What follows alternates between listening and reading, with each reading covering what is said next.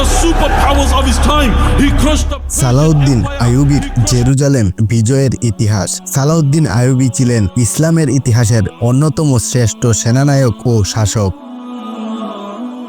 তার নেতৃত্বে 1187 সালের 2 অক্টোবর জেরুজালেম পুনরুদ্ধার করা হয়, যা মুসলিম বিশ্বের এক গুরুত্বপূর্ণ বিজয় হিসেবে বিবেচিত হয়। এই বিজয়ের পেছনে কৌশল, সামরিক শক্তি এবং তার মহা অনুভব নেতৃত্ব বিশেষভাবে উল্লেখযোগ্য।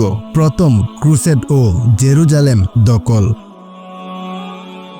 1096 থেকে 1099 সালে খ্রিস্টান ক্রুসেডররা প্রথম ক্রুসেড পরিচালনা করেন এবং 1099 সালে জেরুজালেম দখল করে শহরে প্রবেশ করে মুসলমান ও ইহুদিদের নির্বিচারে হত্যা করে। ক্রুসেডররা সেখানে ল্যাতিন রাজত্ব প্রতিষ্ঠা করে এবং ইউরোপীয় শাসন চালু করে। মুসলিম প্রতিরোধ ও সালাউদ্দিনের উত্থান।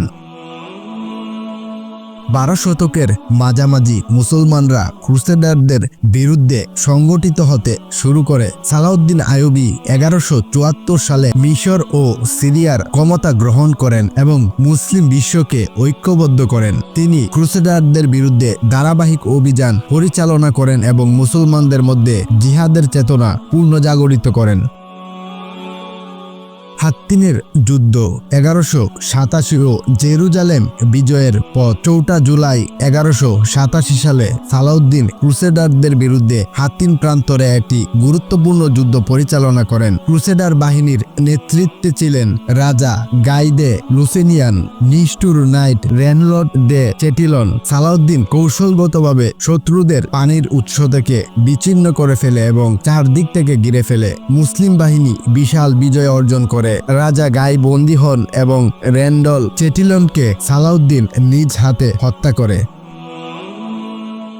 জেরুজালেম অবরোধ ও বিজয়। হাতিনের যুদ্ধের পর সালাউদ্দিন একের পর এক দুর্গ ও শহর দখল করেন। 20 সেপ্টেম্বর 1187 সালে তিনি জেরুজালেম অবরোধ করেন। খ্রিস্টানরা প্রথমে কঠোর প্রতিরোধ গড়ে তোলে, তবে 1 মাস পর তারা আত্মসমর্পণ করতে বাধ্য হয়। 2 অক্টোবর 1187 সালে সালাউদ্দিন জেরুজালেম দখল করেন, তবে তিনি অপ্রয়োজনীয় রক্তপাত এড়িয়ে যান।